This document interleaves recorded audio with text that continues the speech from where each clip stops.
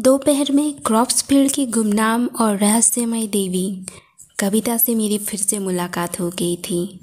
इस बार जो अवतार था वो बहुत ही डरावना था और उससे मुझे उसकी कहानी पता चली थी। जितना उसने मुझे दिखाया था मुझे बस इतना ही पता चला था।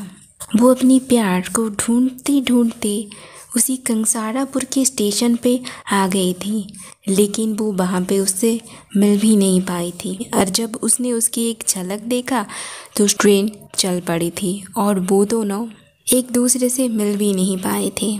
और उसी स्टेशन पे कविता उसका नाम पुकारती रह गई और ट्रेन स्टेशन को छोड़ के आगे बढ़ चुकी थी। और कुछ ही देर बाद ये उसी स्टेशन के आसपास जो गांव थे, उन्हीं गांव के लोगों के बीच में एक बड़ा सा मुठभेड़ देखने को वहाँ पे मिला था। और उसी मुठभेड़ के चक्कर में वो स्टेशन एक शमशान में तब्दील हो गया था।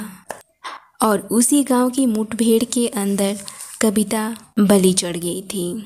उन गांव के लोगों के लाशों में उसका भी नाम था और वो स्टेशन पूरी तरह से तहस नहस हो गया था।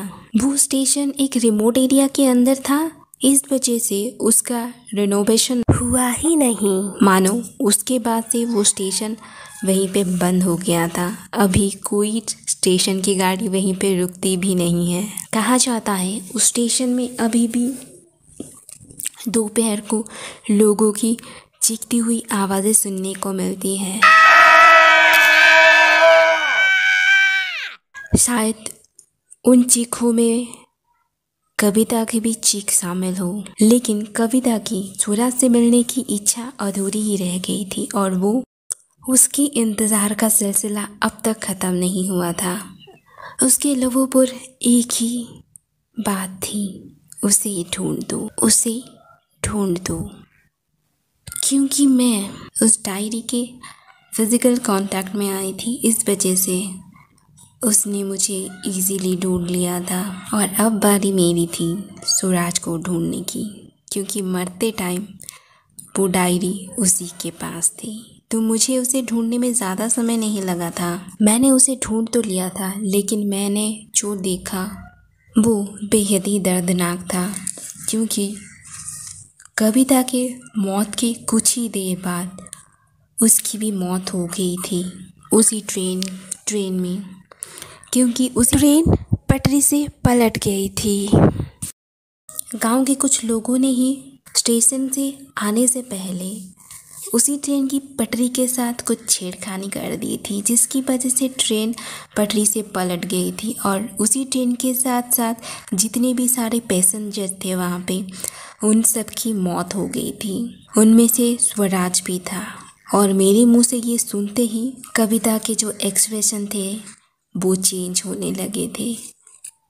वो मेरी आंखों के सामने डरावनी रूप से अपनी ओरिजिनल रूप में आने लगी थी, वही प्यारी सी दुल्हन के रूप में, जो कि बेहद खूबसूरत थी, जिसे मैंने ट्रेन के उसी स्टेशन पे सूरज को ढूंढते हुए देखा था। जिसकी खूबसूरती के कई सारे दीवाने हो गए थे उसी ट्रेन के पैसेंजर और वहाँ खड़े लोगों में। शायद उनमें से मैं भी एक हो गई थी। और कविता की प्यारी सी खूबसूरत चेहरा देख के मैं कुछ देर के लिए वहीं पे ठहर गई थी, लेकिन वो रो रही थी। उसके दर्द भरे चेहरे के एक्सप्रेशन और आंसू को देख के मेरा दिल भी अंदर से पसीज गया था कहीं ना कहीं। और वो देखते ही देखते मेरी आंखों के सामने से गायब हो गई थी। अब कहानी आगे। कविता के मेरी आंखों से ओझल होने के बाद मैं छत पे वैसे ही खड़ी थी और मेरी हाथों की घड़ी पे 3:03 हुए थे।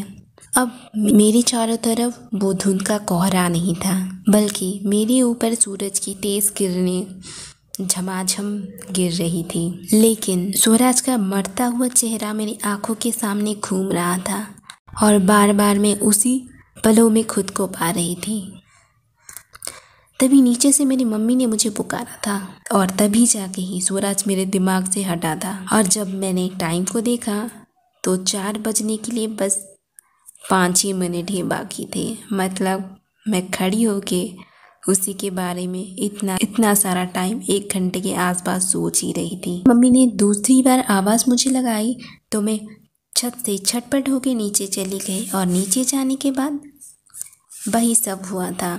सामने मेरी मम्मी बैठी सवालों की गोलियां मुझ पे दाग रही थी और यहाँ पे फ्लैशबैक एंड हुआ और मैं प्रेजेंट में थी और तभी मेरी भाभी के बड़े पापा की एंट्री हुई और बात वहीं पे दब गई थी। सच कहूँ तो इस बात को मैं अपने मम्मा को बताना नहीं चाहती थी क्योंकि मेरी मम्मा इन सब चीज़ों से कुछ ज़्यादा ही डर जाती है, इसलिए वो मुझे अकेला आज तक कहीं भी बाहर छोड़ती ही नहीं है। मेरे फ्रेंड्स बाहर बाकी दोस्तों के साथ में मज़े करते हैं लेकिन मैं अपने घर पे मेरी मम्मा की पूरी निगरानी में हमेशा रहती हूँ। अगर बाहर निकलूँ तो उनकी निगरानी में ही निकलना पड़ता था, हर चीज़ में पाबंदी। ये सोच के मैंने उन्हें बताया भी नहीं। अगर बता दिया तो जो कुछ भी चल रहा है ना, मैं थोड़ी बहुत घूम रही हूँ मम्मा और फैमिली के साथ, वो भी बंद करवा देंगी वो, और ऊपर से उनका टेंशन अलग। यही सोच के मैंने दोपहर का इंसिडेंट उनको बताया नहीं था। थैंक गॉड मेरी भाभी के बड़े पापा उसी टाइम पे आ गए थे तो वो बात वहीं पे दब गई थी, नहीं तो मेरी मम्मी खोद के सारा निकाल देती मेरे अंदर से जो भी है। इसी बातों का मुझे डर था लेकिन ऐसा कुछ हुआ नहीं, लेकिन कुछ और ही हो गया था। उनके आने के बाद, बड़े पापा के आने के बाद उनकी खातिरदारी हो गई थी, मतलब खातिरदारी चल ही रही थी हमारे घर पे। तभी मेरी मम्मी ने थोड़ा और ज़्यादा जानने के लिए उनसे पूछ लिया था उसी क्रॉप्स फील्ड के बारे में, और मेरी मम्मी ने बातों ही बातों में उनसे उसी क्रॉप्स फील्ड के बारे में जिक्र छेड़ दिया था उनके सामने। वो जानना चाहती थी कि आखिर क्या हुआ था वहाँ पे। जब मेरी मम्मी के मुंह से उन्होंने ये सवाल सुना तो वो थोड़ा चौंक गए थे और फिर उन्होंने बोला, कुछ हुआ था क्या वहाँ पे? तभी मम्मी ने बोला, नहीं बस ऐसे ही, मैंने कुछ सुना था तो इसलिए ऐसे ही पूछ लिया था। ये सुनने के बाद वो बोल पड़ी, उस जगह पे लोग ज़्यादा आते जाते नहीं हैं, थोड़ा सुनसान सा है वो जगह। ये सुनते ही मेरी भाभी बोल पड़ी, ऐसा क्यों बड़े पापा जी? क्योंकि मेरे घर वालों को पता था कि मैंने वहाँ पे क्या देखा था। तभी उन्होंने बोला कि एक्चुअली हमारे गांव पे आने के लिए जो शॉर्टकट रोड है तो उसके लेफ़्ट साइड में कुछ लोगों को दिखने को मिलता है, तो इस वजह से वहाँ पे लोग ज़्यादा आते जाते नहीं हैं। वो दोपहर के टाइम पे, शाम के टाइम पे वो जगह कुछ ज़्यादा ही सुनसान लगती है लोगों को, और शायद कुछ लोगों को दिखने को, मतलब कुछ ऐसा वैसा दिख भी जाता है वहाँ पे, जिस वजह से गांव के लोग उधर ज़्यादा आते जाते नहीं हैं। तभी मेरी भाभी पूछने लगी, दिखने को मिलता है? क्या दिखने को मिलता है? तभी उनके बड़े पापा बोले, हाँ कुछ लड़की के हंसने की आवाज़ें आती हैं और कुछ पत्थर का एक छोटा सा तालाब जैसा दिखता है वहाँ पे। उनके मुंह से ये सुनते ही मेरे घर वालों की नज़र पूरी तरह से मेरी ओर, खास करके मेरी फैमिली मेम्बर मुझे घूर घूर के देख रहे थे। उनकी नज़रों का इंटेंशन कुछ ऐसा था कि मैं कुछ देर के लिए डर ही गई थी। उनकी नज़रों से मुझे लग रहा था कि मैंने एक बड़ा सा कांड कर लिया है, पर ऐसा कुछ नहीं था। तभी बड़े पापा ने कहानी को आगे बढ़ाया और उन्होंने बताना शुरू कर दिया था। कभी कभी गांव के लोगों को और गांव के आसपास के लोगों को वहाँ पे एक छोटा सा पत्थर का तालाब जैसा जलाशय देखने को मिलता था। वो हमारे गांव का नहीं है, मतलब वो जगह, वो जो जलाशय है वो हमारे गांव का नहीं है, वो हमारे पड़ोसी गांव का है जो कि लेफ़्ट साइड में है। जब हम टीनेज के थे तो उस टाइम पे जो दूसरे गांव थे वहाँ के लोग उस जलाशय को यूज़ करते थे। हम कभी कभार जाते थे वहाँ पे। गर्मी के टाइम पे हमारे जो तालाब थे वो जब सूख जाते तो वहाँ का पानी हम यूज़ करने के लिए उसी जलाशय में कभी कभार जाते थे। लेकिन कुछ दिनों बाद वो जलाशय अचानक से सूख गया था। क्या हुआ था हमें तो पता नहीं था, बट वो सूख गया था उसके बाद, और गांव के लोगों ने भी वहाँ पे आना जाना छोड़ दिया था और उसके बाद वो जगह पूरी तरह से वीराना हो गया था। लेकिन उस जलाशय के पास कभी कभी लोगों को कुछ अजीब सी चीज़ें देखने को मिलती थी, जैसे किसी लड़की की हंसने की आवाज़ें। और कभी कभी तो लोगों को ये भी दिखता था उस जलाशय में ढेर सारा पानी भरा हुआ है, लेकिन जब वो उसके पास जाते थे वहाँ पे कुछ नहीं होता था। वो जलाशय पूरी तरह से खाली दिखता था। ये बार बार होने लगा, गांव के लोगों को भी दिखने लगा। इस वजह से सारे गांव वाले मिलके उसी पत्थर के छोटे से तालाब को मिट्टी से भर दिया था और उसके आसपास धान की खेती शुरू कर दिया था। कुछ दिनों तक कुछ भी नहीं हुआ वहाँ पे, लेकिन कुछ महीनों बाद फिर से वही सब दिखने लगा था। तो गांव वाले थोड़े से परेशान हो गए थे और उसके बाद उस जगह पे आना जाना ज़्यादातर बंद हो गया था। बस जब क्रॉप्स जब की जाती थी तभी वहाँ पे आना जाना होता था, नहीं तो नॉर्मली हम सब नहीं जाते थे। तभी मेरे मुंह से निकल पड़ा, क्या आपको भी कभी वहाँ पे कुछ दिखा था? पता नहीं कैसे मेरे मुंह से ये सवाल निकल गया था, मुझे भी नहीं पता क्यों निकला, बट निकल गया था। ये सवाल सुनते ही वो चुप हो गए थे। इस बार मेरा सवाल जानबूझ के था। मैंने फिर से उनसे पूछा, क्या आप उनको जानते थे? ये सुनते ही वो मुस्कुराते हुए बोले, हाँ, मैं उन दोनों को जानता था। हाँ, वो थोड़ा सा हिचकते हुए बोले, हाँ, मैं उन दोनों को जानता था। पड़ोस के गांव के थे। जो लड़की थी वो पड़ोस के गांव के मुखिया की सबसे छोटी बेटी थी और लड़का उसी गांव के एक छोटे से किसान परिवार के दूर के रिलेटिव का लड़का था। गांव में सुनने को मिलता था हमेशा हमें, मुखिया और उस परिवार के साथ कुछ ना कुछ खटपट चलती ही रहती थी। लेकिन लड़के के आने के बाद मुखिया की बेटी और लड़का बीच में भी वही खटपट शुरू हो गई थी।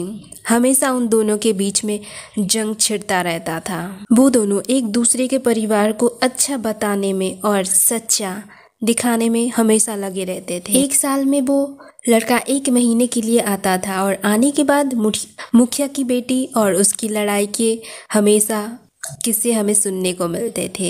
अच्छी बातों की नहीं, उनके बीच में जो घमासान युद्ध छिड़ता था वो हमें सुनने को मिलता था। उनके जंग के किस्से इतने प्रसिद्ध थे कि आसपास के 12 गांव को भी उनके किस्सों के बारे में पता था।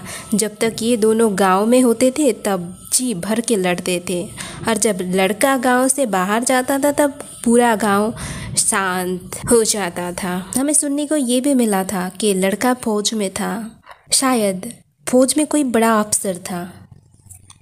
जब भी आता था गांव के लोगों के लिए कुछ ना कुछ लेके आता था। वो हमेशा लगभग 5-6 साल के आसपास वो जितनी भी छुट्टियां लेता था इसी गांव में काटता था। जबकि इस गांव में वो जिसके घर में रहता था वो उनके माँ के दूर के रिलेटिव थे। वो लड़का छुट्टियों में जितना यहाँ पे हाजिरी लगाता था उतना तो वो अपने ओरिजिनल घर या फिर अपने गांव भी नहीं जाता था। वैसे भी उस लड़के के आने के बाद गांव का माहौल कुछ अलग ही हो जाता था। मैं उस लड़के को पर्सनली जानता था, बहुत अच्छा था। ऐसे ही दिन बीतते गए, लेकिन सडनली हमें कुछ ऐसा सुनने को मिला था कि उस लड़के की शादी का रिश्ता मुखिया के घर गया था और मुखिया ने लड़की को रिजेक्ट कर दिया था और उसके जो बड़ी माँ थी उस गांव में उन्हें बहुत ही बेइज्जत भी किया गया था। इस बातों को लेके गांव में बहुत बड़ा हंगामा भी शुरू हो गया था और हमें ये भी सुनने को मिला था कि वो दोनों एक दूसरे से प्यार करते थे। ये अफवाह था या फिर सच था, हमें तो उसके बारे में कुछ ज़्यादा पता नहीं है। लेकिन इस किस्से के बाद मुखिया की बेटी के लिए शादी के बहुत सारे प्रपोजल उसके मुखिया देखने लगा था और वो जैसे तैसे करके भी अपनी बेटी को इस गांव से शादी करके दूर भेजना चाहता था। ऐसे ही 2 साल गुजर गए, लेकिन मुखिया की बेटी की शादी हो ही नहीं पा रही थी। कुछ ना कुछ होके वो रिश्ते जो थे वो टूटते जा रहे थे। इन सब चीज़ों से मुखिया बहुत परेशान भी हो गया था और फिर गांव में उन दोनों के बीच में प्यार होने के बारे में अफवाह ज़्यादा और उड़ने लगी थी। जब मुखिया को ये बात पता चली, वो लड़के की शादी रातों रात करवाने की कोशिश कर रहा था, लेकिन शायद लड़की भाग गई थी अपने शादी से और उस टाइम वो लड़का भी वहाँ पे नहीं था हमें पता चला था कि वो अपने माँ के पास गया था। उसकी माँ की हेल्थ कुछ ज़्यादा ही ख़राब हो गई थी, उसके लिए वो छुट्टी लेके अपने माँ के पास गया था। और उन 2 सालों में उसने एक बार भी इस गांव में कदम भी नहीं रखा था। फिर कुछ दिन बाद हमें सुनने को मिला था उसकी डेथ हो चुकी है। ट्रेन की जो पटरी थी वो पलट गई थी और सारे लोग मर गए थे।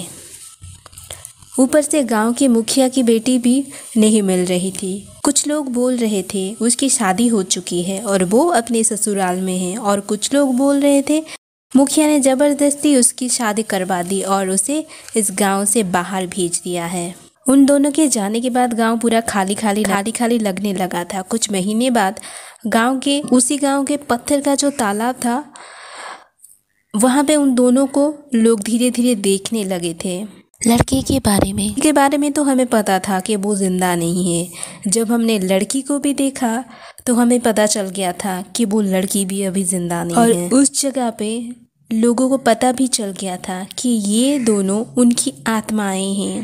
पहली बार जब मैंने इन सब बातों को सुना था तो मुझे लग रहा था लोग ऐसे ही बात कर रहे हैं। फिर बाद में पता चला कि लोग उस जगह पे कोई पूजा पाठ भी करवा रहे हैं। पूजा पाठ करवा के उस जगह को पूरी तरह से मिट्टी से ढक रहे हैं। कुछ महीने बाद तक तो वहाँ पे कुछ भी नहीं दिखाई दिया लोगों को। नॉर्मल हो गया था सब कुछ। उसके बाद फिर से वही शुरू हो गया था जो पहले चल रहा था वहाँ पे, और वो अब तक भी चल रहा है। कभी कभार तो वो हमें दिख भी जाता है। जैसा चल रहा था पहले अभी भी चल रहा है। ये बोलते हुए वो थोड़ा सैड लग रहे थे। उनकी बातों से ये झलक भी रहा था। पता नहीं कैसे मेरे मुंह से निकल गया था, अब आगे से नहीं चलेगा। मैंने धीरे से बुदबुदाते हुए ये बात कही थी, पर मुझे क्या पता था कि उन्होंने ये बात सुन लिया था। उसका प्रूफ मुझे 2 ही दिनों बाद उनके कॉल आने पे मुझे मिल गया था। 2 दिन बाद उन्होंने सडनली मुझे कॉल किया था हमारे घर से जाने के बाद। उनकी बातों से लग रहा था कि मैं जानती हूँ कि वहाँ पे वो अब क्यों नहीं दिखाई दे रहे थे। वो हड़बड़ी में मुझसे पूछ रहे थे। मुझे पता था ये होने वाला है, लेकिन इतनी जल्दी होने वाला है मुझे ये नहीं पता था। मैं पूरे दिल से जानना चाहती थी कि उनके मरने के बाद उनके घर वालों के साथ क्या हुआ था। तब उन्होंने बताया था कविता के घर के लोगों के साथ क्या हुआ था। तब उन्होंने सूरज के मरने के बाद, सूरज की जो माँ थी वो सूरज के मरने के 1 साल बाद उनकी मौत हो गई थी। और दूसरी तरफ कविता के गाँव से जाने के कुछ ही महीने बाद कविता के पिता मुखिया जी की भी मौत हो गई थी। और सुनने को ये भी मिला था कि जिस दिन मौत हुई थी उसके 2 दिन बाद अकस्मात रातों ही रात उनके घर में एक भयंकर सी आग लग गई थी, जिसकी वजह से बहुत सारे धन की हानि हुई थी। और शायद उनके कुछ रिलेटिव भी थे जो मर गए थे। कविता के घर पे जो बाकी मेंबर बचे थे उन लोगों ने उस गांव के घर को छोड़ दिया था और वो लोग शहर चले गए थे। सूरज के मौत के 1 साल के अंदर हमारे पड़ोस के गांव में जो उनकी बड़ी माँ रहती थी उनकी भी मौत 1 साल के अंदर अंदर ही हो गई थी। जब वो बोल रहे थे तो मैंने नोटिस किया था उनके हाथ अचानक से कांप रहे थे और उनके हाथों की नसें अचानक से टाइट हो गई थी और नसें उभर के दिख रही थी। तभी उन्होंने अपने पॉकेट में से एक कपड़े का पाउच निकाला था। तब मुझे ये पता नहीं था कि यही पाउच मेरी अगली कहानी बनेगी। अगर आप कविता के बारे में सोच रहे हो तो मैं आपको ये बता दूं, कविता तो सालों पहले मर चुकी थी, लेकिन सूरज से मिलने की ख्वाहिश ने उसे अब तक जिंदा रखा था, मौत के बाद भी, एक अधूरी ख्वाहिश बन के। और यही थी दुल्हन एक अधूरी दास्तां की छोटी सी कहानी। सूरज की मौत की खबर ने उसे मुक्त कर दिया था इस दुनिया से, क्योंकि वो बंधी हुई थी उससे मिलने की आस में यहाँ पे। क्योंकि सूरज यहाँ पे नहीं था इसलिए उसने खुद को मुक्त कर दिया था। उनके साथ आगे क्या हुआ था मुझे ये तो पता नहीं। मैंने उसी कंसारापुर की स्टेशन के आगे जाते हुए मैंने उसे देखा था जिस पटरी पे वो ट्रेन गई थी। और तभी अचानक से मुझे ऐसा लगा कि कोई मुझे खींच रहा है और मैं वहाँ से सीधे जाके पहुँची थी उसी जगह पे जहाँ पे कविता की कहानी शुरू हुई थी। मेरे पैरों के नीचे जो पेपर था उसकी वजह से। ये डायरी का वही टुकड़ा था जिसे कविता ने स्वराज को गिफ्ट किया था, और वो टुकड़ा मेरी आंखों के सामने देखते ही देखते कई टुकड़ों में बिखर गया था और गायब हो गया था हवा में, मानो जैसे वो कागज़ का टुकड़ा वहाँ पे कभी था ही नहीं। अब मैं कविता की किसी भी मेमोरी पे टैप नहीं कर सकती थी, क्योंकि कविता और मेरी बीच की जो कड़ी थी, वो पेपर का टुकड़ा, वो गायब हो गया था और ना ही वहाँ पे कविता थी। पहली बार तो मुझे गुस्सा आया था जब मैंने कविता को देखा था, क्योंकि मुझे ये सब सच बताऊँ तो पसंद नहीं था। लेकिन जब जैसे जैसे मैं कविता से जुड़ी, उसकी पेन में मैंने पेन फील किया था। उसकी आंखों से वो बहते हुए आंसू मेरी आंखों में भी बहे थे। मरते हुए वक्त उसकी चीखें मेरे कानों में गूंज रही थी। उस कंसारापुर की जो स्टेशन में जो हुआ था, दिल दहलाने वाला मुठभेड़, उसकी गवाह अब मैं भी बन चुकी थी। माना कि सदियों बीत चुकी है इन बातों को, ये कहानी अभी भी जिंदा थी। इसी लाइन से मुझे मेरे बचपन की एक छोटी सी इंसिडेंट याद आ गई थी। मैं रूठ के बैठी थी क्योंकि किसी ने मुझे कहानी ही नहीं सुनाई। तब मेरी दादी ने कहा था, अगर तुम सुनना चाहती हो ना, शांत रहा करो, जितना शांत रहोगी तुम्हें सुनाई देगा। जो छुपा है तुम्हारी चारों तरफ वो तुम्हें ढूंढ लेगा, और जब तुम शांत रहोगी, ये परमिशन है तुम्हारी ओर से उनके लिए, तब वो सुनाना शुरू करेंगे तुम्हें, तुमसे जुड़ेंगे और तुम्हें सुनाएंगे उनकी दास्तान जो सदियों से खो चुकी है अपना अस्तित्व यहाँ पे। लेकिन उनकी किस्से और कहानियाँ अभी भी उतने ही दिलचस्प है। कुछ सुनी हुई, कुछ अनसुनी रहते हैं, और वो सब बेताब रहते हैं अपनी अपनी आप बीती सुनाने के लिए। दब चुकी है बस इसी इंतज़ार में कि कोई तो सुने उन्हें, कोई तो सुने। ऐसे ही अनसुनी और अनजानी कहानियों के साथ मैं मिल रही हूँ आपसे फिर एक बार एक नई कहानी के साथ।